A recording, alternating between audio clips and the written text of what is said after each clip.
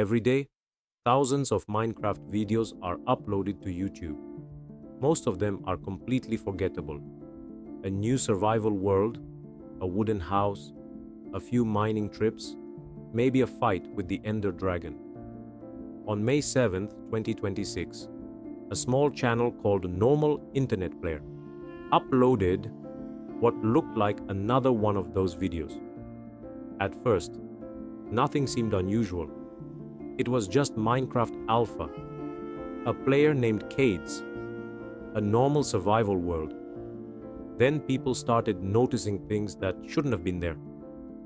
Hidden Morse code, messages written in Latin and Russian, coordinates leading to real-world locations, and players somehow joining a world that was never supposed to have multiplayer. The deeper the community looked, the stranger the series became. So today, we're going through every episode of Normalinternetplayer to figure out what's really happening inside Cades' world and who the mysterious player known as Mors136 actually is. The first episode doesn't look suspicious at all. Cades spawns into a fresh Minecraft Alpha world, punches a tree, crafts some tools, and heads underground for stone. For the first minute or so, it feels exactly like a normal Let's Play. Then a sound plays from somewhere in the cave. It's a Minecraft cave noise.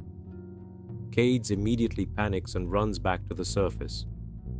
After a jump cut, he's already mined a decent amount of stone and starts gathering food and wool. But after killing a cow, his behavior suddenly changes. He looks up at the sky, walks back to the entrance of his mine, drops the leather on the ground. Later that night, he finishes a small house and goes back outside to explore. That's when the first, genuinely impossible event happens. A distorted sound echoes across the world.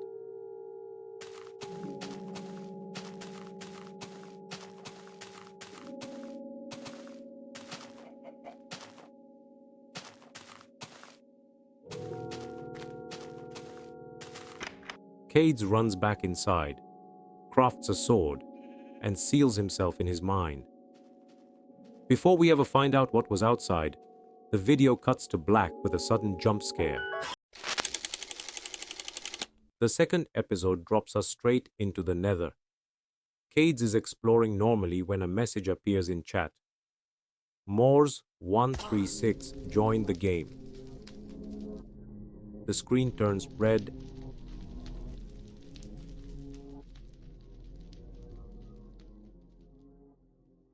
Mors136 sends a short Morse code message before disappearing. Viewers quickly decoded it. It translates to a single Russian word: death. Later in the episode, fans discovered a second hidden Morse code sequence with a much more direct warning: death is close. I am close. For a moment, it seems like Morse has left. Cades opens the menu, clearly trying to disconnect. Then Mors136 joins again. This time he's standing directly behind him. He sends a single question mark in chat and pushes Cades into lava. Normally this would end with the standard "you died" screen. Instead, the game crashes. An error appears saying that another copy of the game is already accessing the same world save. That's an oddly specific message, almost as if someone else really was inside his single-player world. When episode 3 begins, it's obvious something has changed. As he steps outside, he finds something that wasn't there before. Cobblestone crosses all over the map. They look like they are leading somewhere. It's a simple structure, but it's also the first time we see a cross appear in the series. At this point, it doesn't seem important. But by the end of the ARG, these crosses become one of the biggest pieces of the puzzle. He follows a trail of identical cobblestone pillars stretching into the darkness. Eventually, they lead him to something much larger. A massive cross stands in the middle of an open clearing, surrounded by several smaller ones. For the first time, Cades doesn't immediately leave. He walks up to the structure, opens his inventory, and drops the only piece of raw beef he's carrying. Whether he knows what he's doing or is simply acting out of fear isn't clear, but the game reacts. Another distorted sound erupts through the speakers, this one even louder than before. As the audio reaches its peak, God appears on the central cross. The image flashes, the colors invert, then everything collapses into visual corruption. Just before the episode ends, another hidden Morse code appears on screen. Fans eventually translated it from Russian. The message reads, "Death is close. I am close." This is the second time we've seen almost the exact same sentence. And that's probably not a coincidence. Episode 4 picks up exactly where the previous one ended. Only now, the massive cross is gone. It's as if it never existed. The only thing left behind is a single cobblestone pillar with a torch on top. Cades immediately starts looking around. He isn't exploring anymore. He's checking his surroundings. Almost every few seconds he turns around, expecting something to appear behind him. On the way back, he discovers another stone structure. This one is different. Several crosses surround a wooden sign placed near the center. Instead of walking past it, Cades repeatedly points his camera toward the sign, almost like he's trying to make sure we don't miss it. The message isn't written in English, it's Latin. After translating it, the community found a simple instruction: offer us a sacrifice and we will show you the truth. For a moment, nothing happens. Then Caedes kills a nearby cow. He picks a yellow flower and throws both items into the water behind the sign. It's hard to tell whether he understands the message or is simply experimenting. Either way, the world changes. The darkness begins to lift. It's subtle, but the difference is noticeable. Almost as if whatever asked for the sacrifice accepted it. Moments later, the gameplay cuts to a crude, hand-drawn animation. 3 figures stand beside a large cross. One of them cuts it down with an axe. Seconds later, all 3 figures become stone pillars. The animation lasts only a few seconds, but it completely changes how we should look at those cobblestone structures. Maybe they aren't just decorations. Maybe they're graves. Or worse, maybe they used to be people. The episode ends with another clue. Not another cipher. Not another Morse code. Just a set of GPS coordinates. Fans traced them to the Church of the Holy Sepulchre in Jerusalem. For the first time, the mystery leaves Minecraft entirely. By episode 5, one thing is becoming clear. Every encounter follows the same pattern. Something appears. A hidden message follows. And every message brings us a little closer to understanding who's really behind all of this. This time, Caedes isn't alone for long. A new player joins the game. Primom, unlike Moore's 136, he doesn't attack immediately. Cades types a simple question into chat. Who are you? The response isn't a sentence, it's just a row of numbers. 5, 24, 16, 15, 19, 9, 29, 15, 14. At first glance, they look meaningless. But converting the numbers into letters reveals a single word. Exposition. That's a strange thing to say. It's almost as if the entity knows this entire story is being watched by someone else. Seconds later, Primom disconnects. A deafening alarm suddenly fills the audio. The image begins falling apart into heavy visual glitches while a single Latin word repeatedly flashes across the screen. Mori. Translated into English, it simply means to die. Combined with the name Primom, the message can also be read as the first to die. Whether that's a warning or a description isn't clear yet. Once the glitch is stopped, everything becomes quiet again. Cades slowly walks toward another lone cobblestone pillar. This time, though, he doesn't wait to find out what happens next. The moment he feels something is wrong, he quits the world. Probably the smartest decision he's made so far. Episode 6 feels almost like a fresh start. The old world is gone. Instead of loading into the corrupted save we've been following, Cades creates a completely new world. For a few minutes, everything looks normal. He punches trees, crafts some tools, builds another small house. After everything that's happened, it almost feels like the series is giving him a second chance. But that feeling doesn't last very long. Something interesting starts happening once you compare this episode to the earlier ones. Every time Cades tries to build a home, the entities become noticeably more aggressive. It's almost as if they're trying to stop him from settling down. While cutting down trees, the game suddenly interrupts itself with a loading screen. No explanation, no warning, just a loading screen.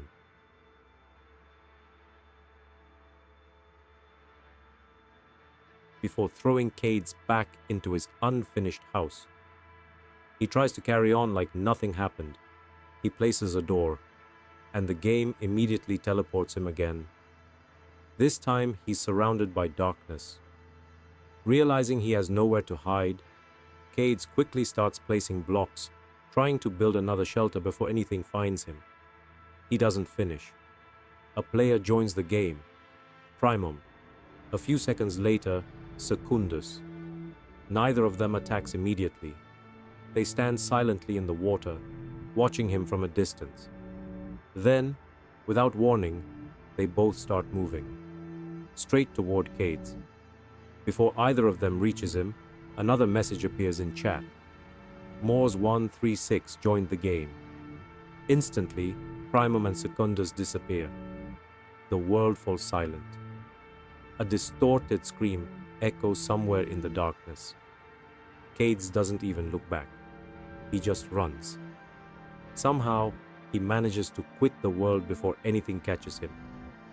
But once again, the biggest clue isn't hidden inside the gameplay.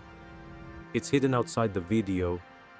At first glance, the description looks completely empty. It isn't. Fans discovered that it contains invisible Braille characters. Once decoded, they reveal a short message. Save me! Who wrote it? Cades? Another victim? Or someone we've already met? The video never answers that question. Instead, it ends with another set of coordinates. This time they point to the Pokrovi Church in Ukraine, accompanied by a Latin verse that translates to, "You shall not kill, go, and sin no more." By now, the religious references aren't just recurring. They're becoming the foundation of the entire story. Episode 7 opens somewhere we've never seen before. Cades wakes up inside a house he never built. Outside, the landscape is covered with the same cobblestone crosses we've been seeing since episode 3. Even the game's title looks wrong. Parts of the Minecraft Alpha logo have been censored, almost as if the game itself has been altered. Unlike previous episodes, though, Cades isn't starting from nothing. He has supplies, nearly 50 iron ingots, enough to craft an iron sword. For the first time, it feels like he's ready to fight back. That confidence lasts less than a minute. A slow, distorted breathing sound starts echoing through the world. Cades immediately turns around. There's nothing there. He keeps moving until another monument comes into view. A massive stone cross stands in the middle of the landscape. surrounded by tall pillars topped with glowstone. He places a few cobblestone blocks nearby, almost like he's trying to mark the location. Then he looks back at the monument. The screen glitches. A second later, he's standing in the nether. Hidden behind a wall of netherrack, Cades watches something that doesn't look like random players anymore. It looks organized. Primom is already there. He sends a short encrypted message into chat. MKFB RFCI PBRXC. Fans later decrypted it using an Enigma cipher. The message reads, "Kill Morse death." Standing nearby is Secundus, who communicates using another Morse code sequence. Then a third figure joins them, Tertia. Instead of words, she posts a series of numbers. 13, 9, 19, 19, 8, 15, 13, 5. Using a simple alphabetical cipher, the message becomes Mishome. That one word says a lot. Every house Cades has tried to build has eventually been destroyed, almost as if home itself has become something he isn't allowed to have. Finally, Morse 136 joins the game. Nobody attacks, nobody moves. The four entities simply stand together for several seconds before disconnecting one after another. Up until now, they felt like random encounters. This is the first time they feel like a group. Episode 8 is surprisingly short, but despite its length, it introduces one of the most important pieces of the puzzle. The episode begins with Cades running through another dark landscape. As he dives underwater, a distorted voice briefly interrupts the music, while a single Hindi character flashes on screen for less than a second. Then several lines of text appear. They're gone almost instantly. Unless you pause the video, you'll probably never notice them. After translating the text from Latin, the community uncovered two messages. The first introduces a new entity, Quartus. It reads, "The fourth character, he is guilty. God will not forgive." A second warning follows immediately after. Cades, beware, hide.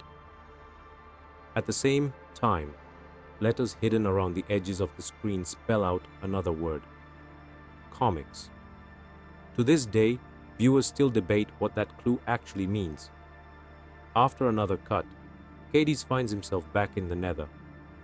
A sentence briefly appears across the screen. The dream is a prophecy. Moments later, Morse 136 joins the game again. The screen glitches for a split second.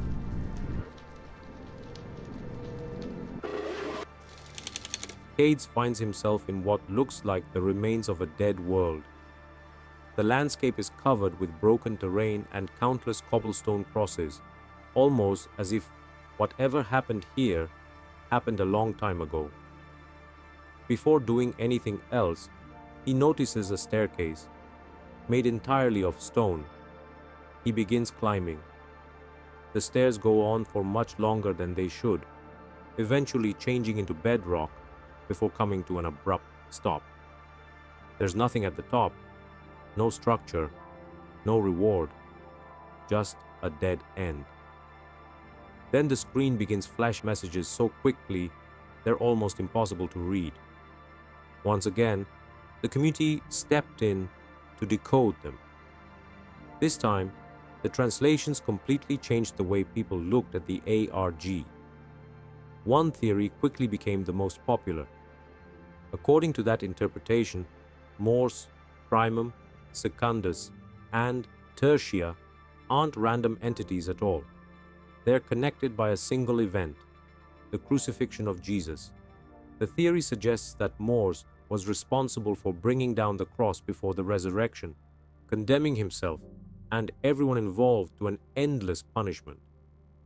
Whether that's the creator's intended story or not is impossible to prove, but it does explain several details we've already seen. Every important location is tied to Christianity. The videos repeatedly reference churches, Latin appears almost constantly, and the crosses seem to play a much larger role than simple decorations. More hidden text appears throughout the episode.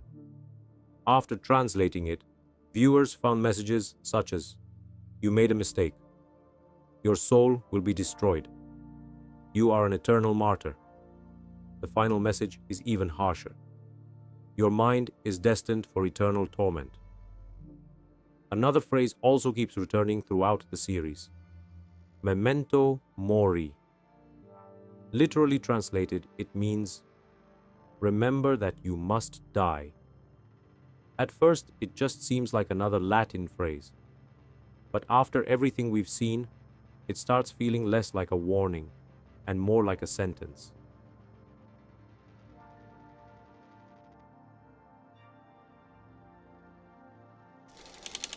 For almost the entire series, we've assumed Cades was the victim. Episode 10 challenges that idea. One fan theory, backed by several clues hidden throughout the ARG, suggests something completely different. What if Morse isn't chasing Cades? What if he is Cades? Or more specifically, what if the player we've been following is actually Morse 136, forced to relive his own punishment? It's a huge claim, but the episode gives us several reasons to consider it. Inside a crimson cave, Morse's skin suddenly changes. Instead of his normal appearance, it turns completely red, almost as if the game itself is marking him. The audio hides another clue. When reversed, a distorted voice whispers, "This magic cannot save you." Behind it, a Russian choir repeats the phrase, "Lord, have mercy," 12 times. Some viewers believe the number isn't random. It could represent the 12 disciples. If that's true, it strengthens the religious symbolism that's been building since the beginning of the series. The episode also introduces several graves. According to another interpretation from the community, they belong to Esse, a name derived from the Latin word for being or life. If that's correct, the implication is tragic. Life is gone. Only death remains. Near the end of the episode, another player joins the game. This time, the username is simply Player. Unlike every other entity we've seen, Player doesn't attack. Instead, many viewers believe this character represents a judge. As Morse pulls out a diamond sword and approaches Cades, a new message flashes across the screen alongside the GPS coordinates of the Roman Colosseum. "Do not touch him." For the first time, someone appears to be protecting Cades instead of hunting him. The episode closes with one final Morse code message. After decoding it, fans discovered it references Proverbs 16:25. There is a way that seems right to a man, but its end is the way of death.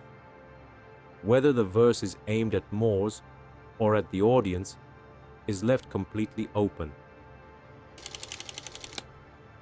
The video opens during a thunderstorm. Morse slowly climbs 2 staircases made of stone bricks and redstone blocks until he reaches a hollow tower surrounded by fire. Without hesitation, he jumps in. Instead of dying, he finds himself inside a strange maze. The deeper he walks, the stranger the messages become. At one point, the Latin word decido briefly appears. It simply means, "I leave." A little later, another sign reads, "Mors sim prima." Roughly translated, death itself comes first. Then Morse reaches a button labeled 495. Using the same substitution cipher we've already seen several times, the numbers spell a single word: die. By this point, it's obvious the maze isn't trying to guide him. It's trying to break him. Eventually, types something into chat himself. Not a threat, not a warning, a plea.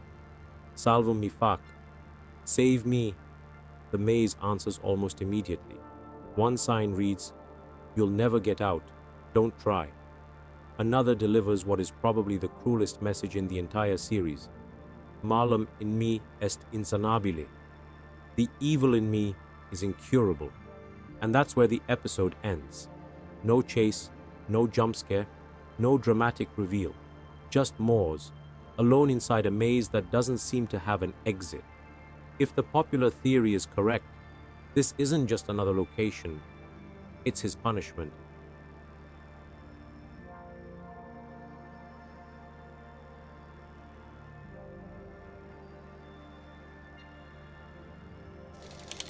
Up until now, we've been trying to piece together a story from scattered clues.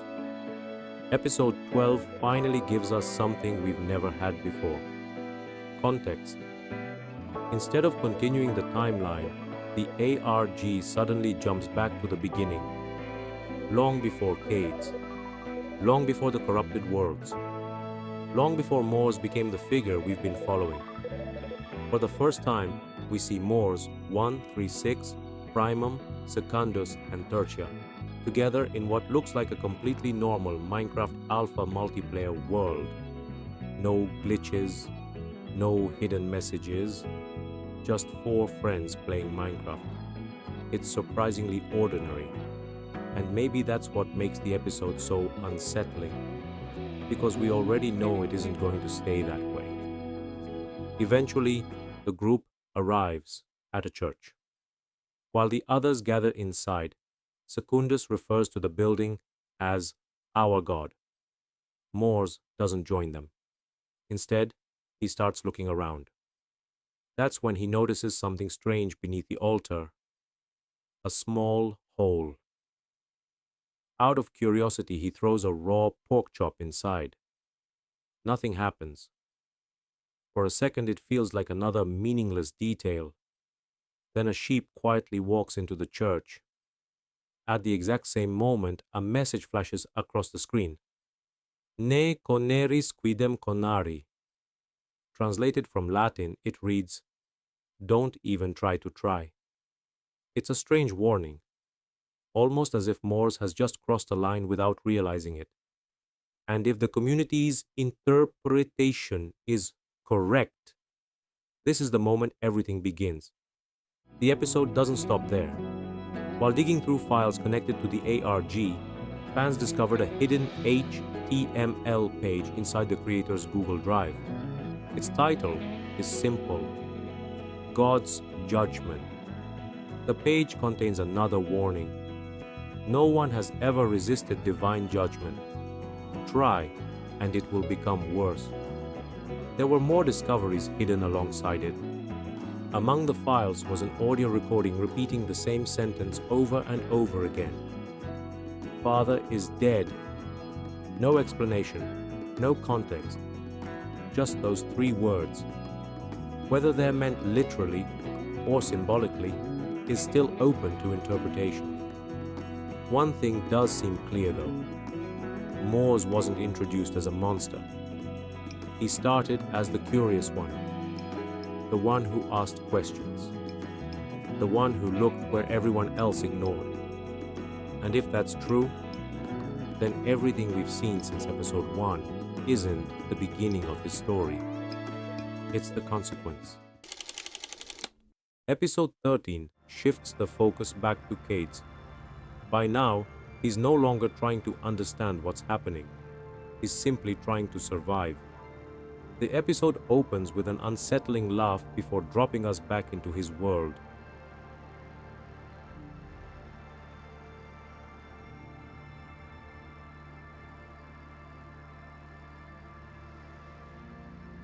One moment stands out in particular.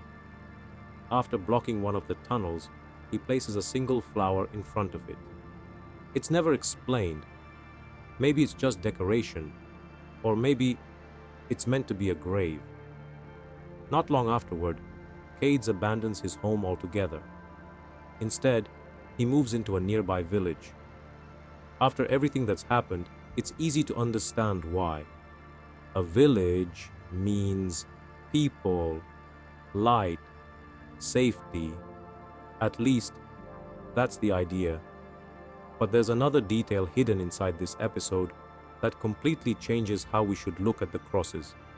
According to one of the strongest community theories, Morse is unable to approach them. That would explain why they're scattered throughout Cades' world. They're not warnings, they're protection. And suddenly, several earlier episodes start making a lot more sense. If the crosses really act as barriers, then every location we visited may have been carefully placed to keep Morse away. Unfortunately, it isn't enough.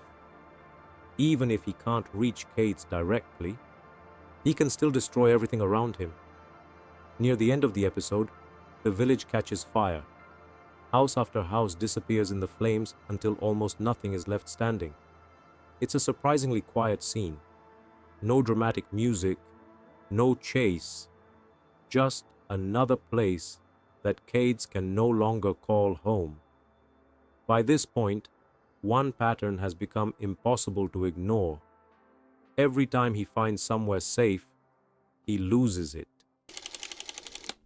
By episode 14, the ARG isn't introducing new mysteries anymore. Instead, it starts revisiting old ones. The episode opens in another corrupted version of Cades' world, but something feels different this time. There are fewer jump scares, fewer sudden interruptions.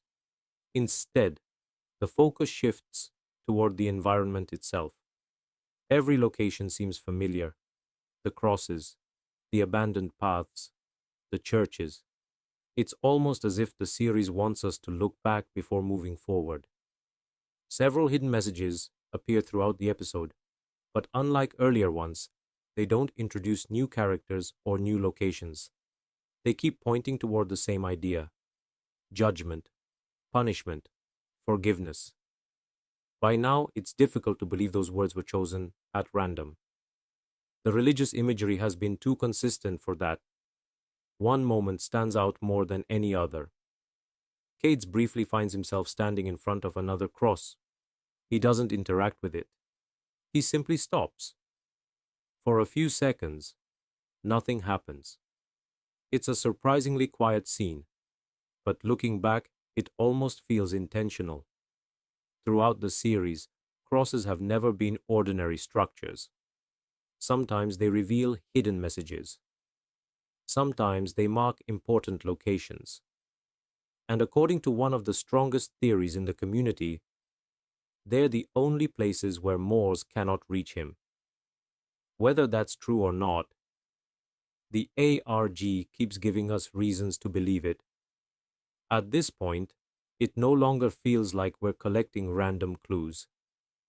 We're seeing different pieces of the same story.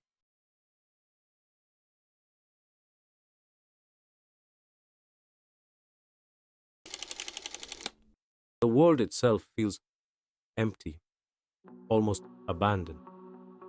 Cade spends more time looking around than actually playing. It's as if he's searching for something or someone. Several familiar locations appear again, but they're different now. Destroyed, burned, or simply deserted. It's a reminder of how much has changed since the beginning of the series. Back then, this was just another Minecraft survival world. Now almost every place we've visited carries some kind of memory. Another hidden message briefly appears before disappearing almost immediately. Like many clues in this ARG, it raises more questions than answers. But by now, that's become part of the experience. The series rarely tells us anything directly. It expects us to connect the dots ourselves. And that's probably why so many people became invested in solving it. For the first time in a long while, nothing happens. Cades slowly walks through what's left of his world. The same world we've been following since the very beginning. Only now, it barely resembles the place where this story started. The houses are gone. The familiar landmarks have disappeared. Even the atmosphere feels different, almost empty. Eventually, the series reaches its final reveal.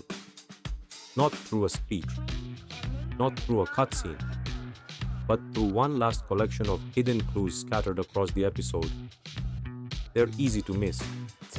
Yet together, they tie almost every previous episode back to the same central idea. Death wasn't simply the enemy, it was always the destination. Every warning, every church, every cross, every hidden language, every sacrifice, they've all been pointing toward the same conclusion from the very beginning. The screen slowly fades to black. No final jump scare, no dramatic ending, just silence. And then the series ends.